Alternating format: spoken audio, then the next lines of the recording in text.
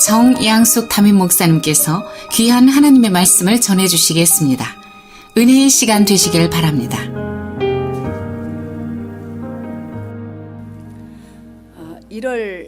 올 1월 첫 주일날 여러분들은 분명히 예배 드릴 때에 어떤 설레임, 어떤 소망을 가지고 예배를 드리셨을 것입니다. 사실은 12월 31일 마지막 날하고 생각해보면 몇 시간 차이밖에 나지 않는데 희한하게 1월 1일이 딱 되면 가슴이 설레입니다. 뭔가가 막 힘차게 새롭게 시작해보려는 뭔가의 마음을 갖고 예배를 합니다. 여러분 그거 아세요? 그 마음이 무엇인지를? 그 마음이 무엇이냐면 이런 설렘, 이런 뭔가의 소망, 이것은 우리 주님께서 여러분에게 심어주신 소망의 씨입니다. 씨. 그 설레는 마음은 성령께서 내가 세상 끝날까지 너 함께 하지 마. 너 충분히 무엇이든지 할 수 있어. 라고 약속의 씨를 심어주는 것이 바로 그 설레는 마음입니다. 이러한 우리는 설레는 마음으로 시작한 올 한 해입니다. 여러분 11개월 벌써 12일입니다. 이제 반을 향하여 달려가고 있습니다. 우리는 그동안 어떠한 믿음을, 나의 믿음은 어떠했으며 또한 나의 행위와 생활에는 어떤 열매를 있었는지 추수감사주의를 한 주 앞둔 우리는 정말 주님 앞에 어떤 열매의 신앙 고백을 드릴지 이 시간 정리정돈하는 그 마음을 갖기 위하여 또한 새롭게 출발하여서 더 멋진 열매를 맺기 위하여서 열매를 맺었습니까? 라는 제목으로 함께 말씀을 묵상하려고 합니다. 오늘 본문 내용을 보아도 포도원 주인이 포도원을 완벽하게 멋지게 만들어 놓고 그 이후에 농부들에게 세일만 받겠다 약속하고 타국으로 갔습니다. 참 여러분 이 농부가 포도원 주인이 이 포도원을 만들어 놓는 이 과정을 보니까 대단했습니다. 정말 어떤 도둑도 침입하지 못하도록 어떤 동물도 침입하지 못하도록 그 산 울타리까지, 그러니까 산 밑까지 쫙 그 큰 그 농장에다가 울타리를 쳐 두었다고 했습니다. 그것뿐만이 아닙니다. 자기하고는 별로 관계도 없는데 세를 줄 것인데도 포도즙을 짜는 틀을 준비해 두었다고 했습니다. 그것뿐만이 아닙니다. 포도원 나무 하나하나라도 제대로 관리해 주기 위해서 관리하는데 불편함이 없도록 망대까지 설치해 준 후에 농부들에게 맡기셨다라는 이야기를 우리는 보았습니다. 자, 이 농부들은 얼마나 기뻤을까요? 우리가 첫 주에 예배드린 대로 얼마나 설레었을까요? 이 좋은 것, 이 완벽한 것을 지금 새로 받았어요. 누구도 쉽게 갖출 수 없는 이것을 받았단 말이죠. 이렇게 완벽한 포도원, 저는 여기서 한 가지 질문이 생겼습니다. 아니 이렇게 좋은 포도원의 주인이 있을까? 이런 좋은 주인이 있을까? 주인은 왜 이렇게 완벽하게 만들어 놓고 왜 이걸 맡기고 그냥 떠나버렸을까? 라는 퀘스천이 생겼습니다. 참 퀘스천이 생기고 생각해 보니까 그만큼 이 포도원 주인이 참 좋으신 분 같습니다. 그리고 또 한 가지는 농부들을 맡길 사람들을 그만큼 믿었기 때문이었다는 생각이 들었습니다. 또 한 가지는 남이 잘 사는 것, 행복하게 사는 것, 당신이 은혜를 많이 베풀었을 때에 그들이 최고를 누리고 최고를 갖출 수 있는 그 모든 것이 그 주인의 가장 큰 기쁨이요 삶의 행복인 것을 생각하게 되었습니다. 그리고 또 한 가지는 약속한 일부의 열매를 거두기 위해서였다라는 생각 또한 듭니다. 왜냐하면 분명히 약속을 하고 떠났기 때문이지요. 그 다음에 보니까 본문 이야기를 여러분이 다 읽었듯이 포도원 주인이 포도나무의 열매 때가 가까이 되었을 때에 자기 종들을 농부에게 보냈다고 했습니다. 여러분 포도나무는 올 봄에 심으면 가을에 당장 열매가 맺히지 않습니다. 몇 년은 걸립니다. 그러니까 벌써 몇 년 있다가 이제 그 때가 가까움에 완벽하게 열릴 그때에 보낸 것이죠. 적당히 몇 개 조금 열었을 때는 보내지도 않았다는 의미일 것입니다. 그러니까 많이 주렁주렁 열린 그때에 이제쯤에 종들을 쫙 보낸 것입니다. 그런데 문제가 생겼습니다. 농부들은 분명히 약속을 했는데도 불구하고 왔다면 정말 감사함으로 자기 것만 드리면 되는데 바치는 것이 아니라 종들을 죽이기도 하고 또한 돌로 쳤다고도 합니다. 그런데도 주인은 참 이상하지요. 다른 종들을 처음보다 많이 또 보내었다고 합니다. 그런데 농부들은 똑같은 짓을 또 저질렀다고 합니다. 이 정도이면 포도원 주인의 심정이, 마음이 어떠했다고 여러분은 생각하십니까? 오늘 본문 이야기는 누가복음에서도 또한 마태복음에서도 다 기록되어 있는 말씀입니다. 누가복음 20장 13절을 보면 포도원 주인이 이르되 어찌할까? 라고 했다고 합니다. 지금 여러분 이 정도의 사건인데 어찌할까? 여러분 이러고 있다고 보세요? 지금 당장 가서 그들 쫓아내고 다 아무것도 없이 내쫓아도 할 말이 하나도 없고 죽여도 할 말이 없는 상황입니다. 근데 지금 주인은 어찌할까? 이 말은 지금 그 받는 걸 못 받아서 했던 말이 아닙니다. 그것이 아닙니다. 믿었던 그들과의 관계에 대한 탄식임을 여러분 아셔야 합니다. 탄식입니다. 저들을 이 정도로 믿고 내가 모든 것을 다 바쳐서 다 투자해서 해주었는데 어찌하면 좋을까? 저들을 어떻게 한단 말인가? 라는 탄식입니다. 그들과 그 주인의 관계 속에서 관계가 부서지는 그 탄식입니다. 그런데도 주인은 이렇게 탄식하면서도 자신의 아들을 또 보내면서 말합니다. 내 아들은 존대하겠지라고 또 믿는 마음을 또 거기다 넣습니다. 그 주인의 마음, 믿고 자식을 또 보냅니다. 여러분 38절과 39절 말씀을 받들어서 함께 봉독하도록 하겠습니다. 시작. 농부들이 그 아들을 보고 서로 말하되 이는 상속자니 자 죽이고 그의 유산을 차지하자 하고 이에 잡아 포도원 밖에 내쫓아 죽였느니라 하고. 여러분 농부들이 지금 주인의 아들을 죽였다고 하지요. 그 이유가 무엇이라고 기록되어 있습니까? 상속자이니, 지금 이것을 다 유업으로 받을 자이니 죽여버리고 그 유산을 우리가 다 차지하기 위해서였습니다. 여러분 이 말이 무엇을 대변해주고 있다고 보십니까? 자기들의 유익을 위해서는 수단과 방법을 가리지 않는 사람들의 모습을 대변해주고 있는 것입니다. 자, 우리 신앙인들의 모습을 대변해주고 있는 것입니다. 우리는 특별히 남에게 큰 피해를 입히지 않았다면 이 생각 전혀 하지 않습니다. 그런데 하나님 앞에 말씀을 따라 살지 못한 건 모두가 이런 것입니다. 예수님은 참 특이한 것이 포도원 주인을 비유하여서 여기까지만 딱 말씀을 하시고 본문 40절을 보시면 그러면 포도원 주인이 올 때에 그 농부들을 어떻게 하겠느냐라고 듣는 이들에게 질문하십니다. 마지막까지 다 결론까지 말씀하시면 좋을 텐데 왜 갑자기 여기서 스탑을 하시고 비유를 하시다 말고 왜 듣는 사람들에게 질문하셨을까요? 여러분 여기서 스탑하고 그 생각을 해보는 건 참으로 중요한 일입니다. 왜냐하면 그 비유를 듣고 있는 사람들의 반응을 보기 위해서입니다. 자, 그들의 반응은 이렇습니다. 그 악한 자들을 진멸하고 포도원은 제때에 열매를 바칠 만한 다른 농부들에게 새로 줄지니다 라고 이렇게 말씀합니다.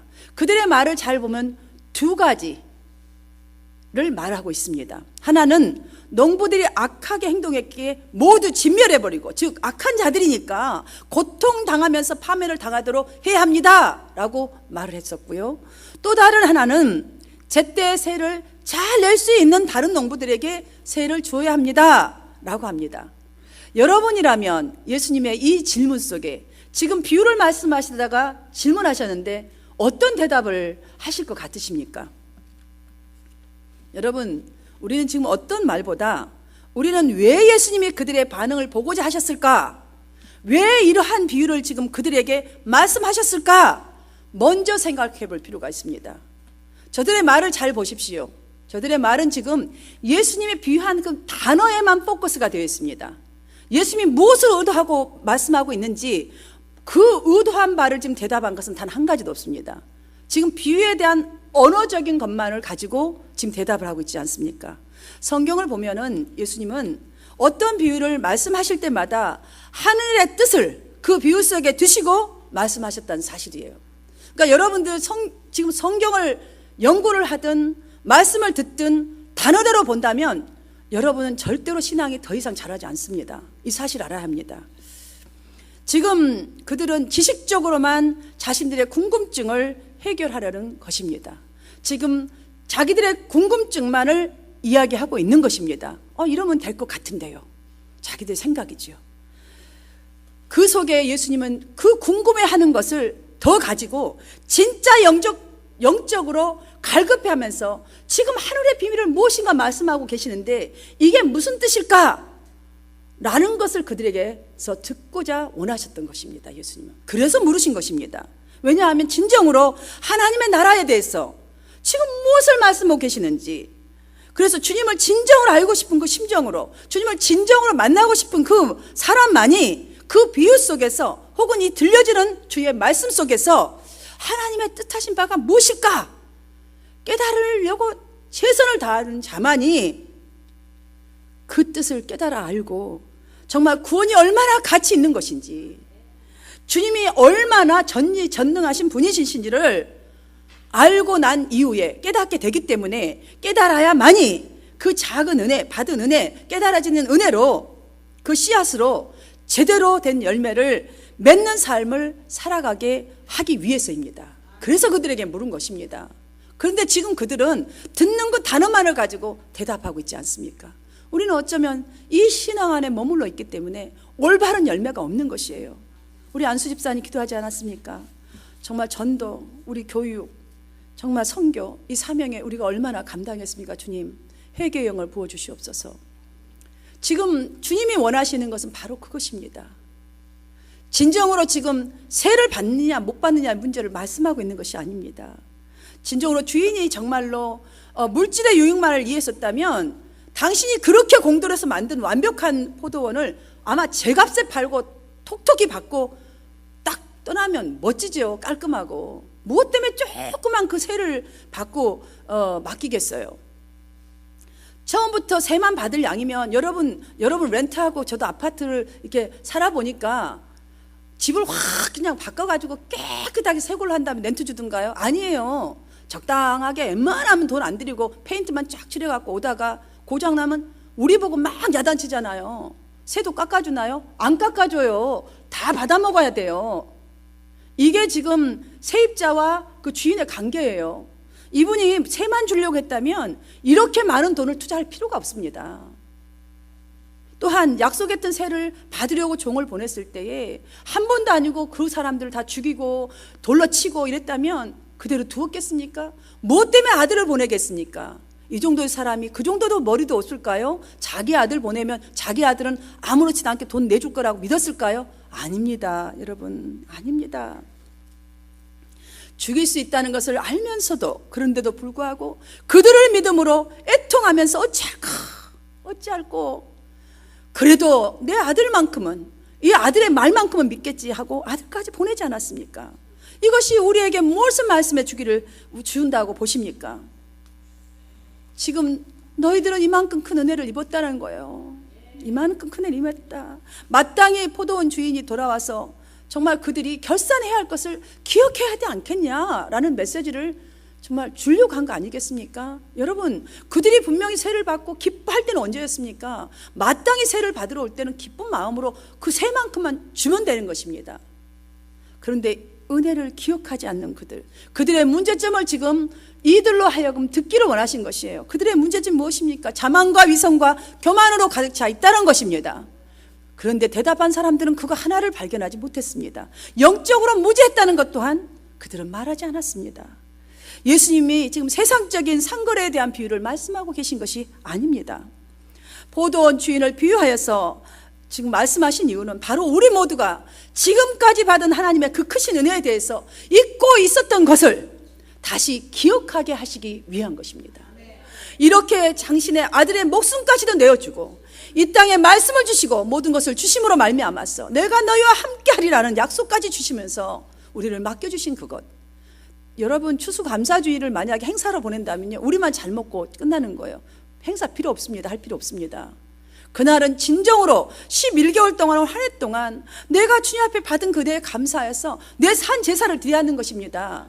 물질을 드리고 마음을 드리고 참 예배를 드리고 참 회개가 나와야 되는 것이 바로 추수감사의 주일입니다. 여러분,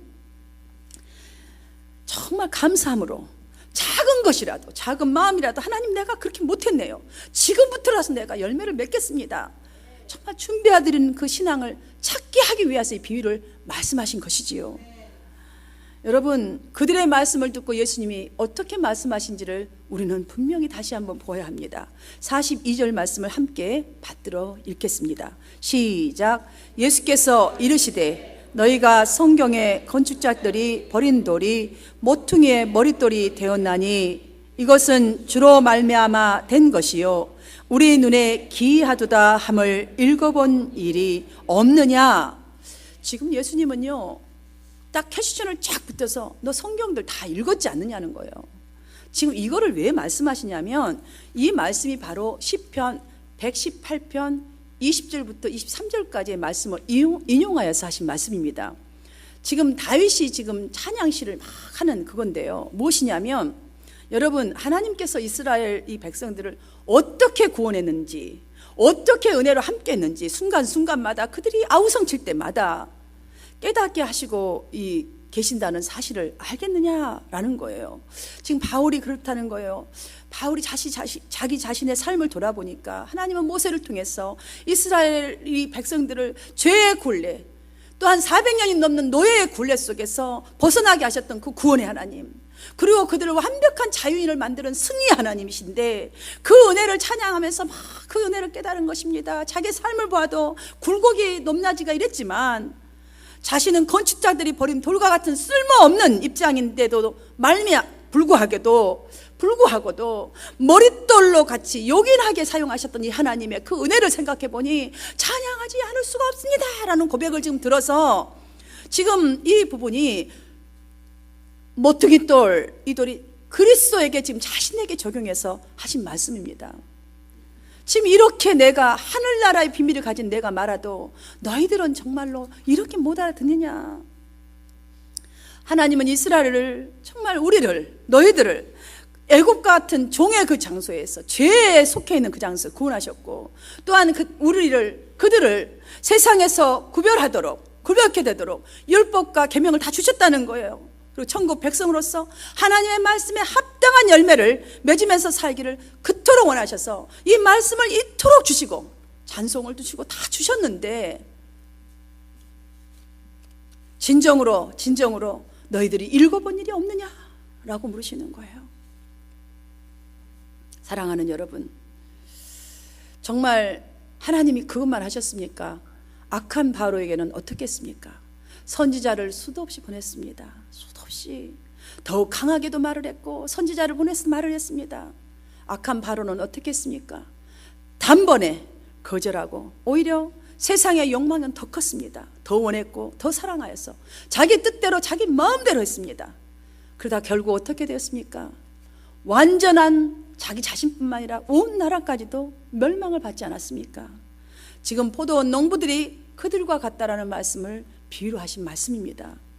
그래서 예수님은 포도원 주인을 비유해서 자신이 건축자들이 버린 돌이심을 지금 밝히고 있는 것입니다. 그리고 44절로 이렇게 말씀하십니다. 이 돌 위에 떨어지는 자는 깨지겠고 이 돌이 사람 위에 떨어지면 그를 가루로 만들어 흩으리라. 여러분, 가루로 만드서 한번 뿌려보세요. 흔적이 남습니까? 잠깐 보일 때는 보일지 모르지만 흔적도 없습니다. 이렇게 경고하셨습니다. 여러분, 포도원 주인이 어찌할꼬라는 이 안타까운 마음도 그냥 흘려버릴 것이 아닙니다. 우리는.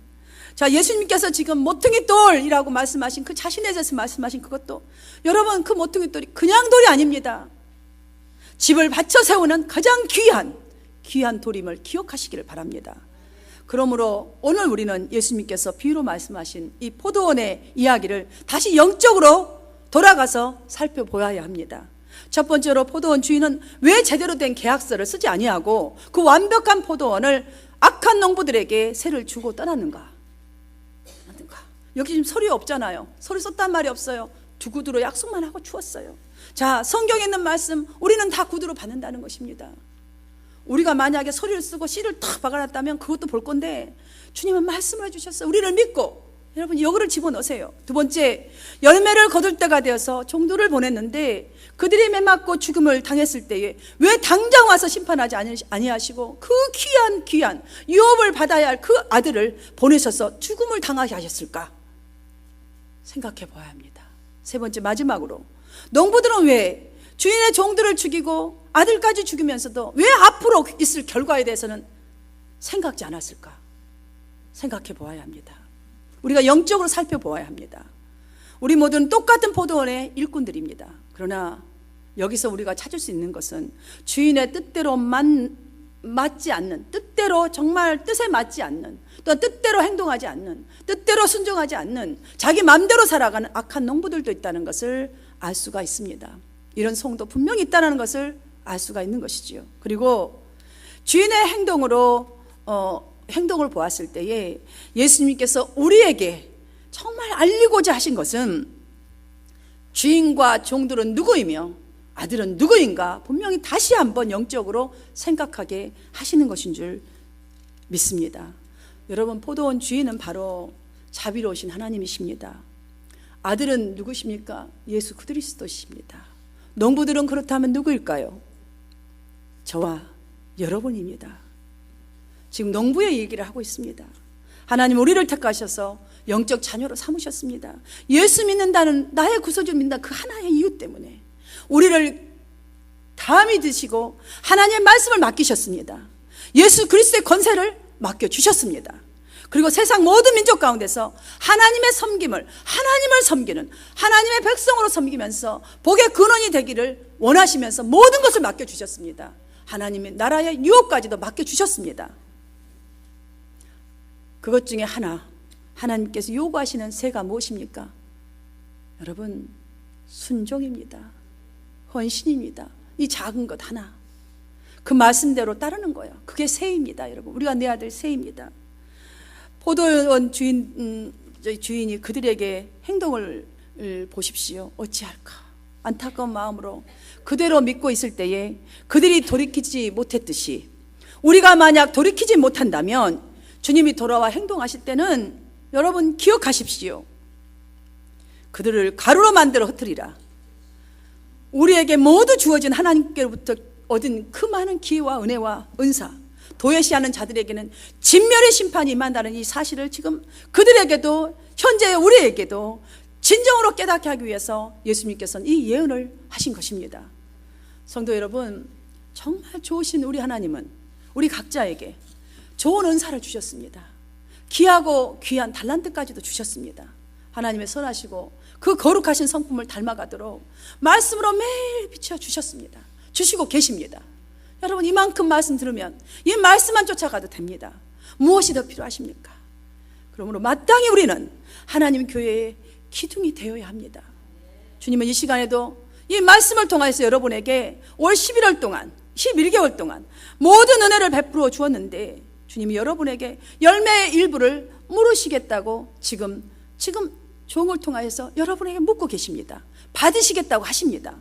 지난 11개월 동안 여러분의 믿음의 분량으로 얼마나 인내의 말씀을 지켜서 열매를 내셨습니까?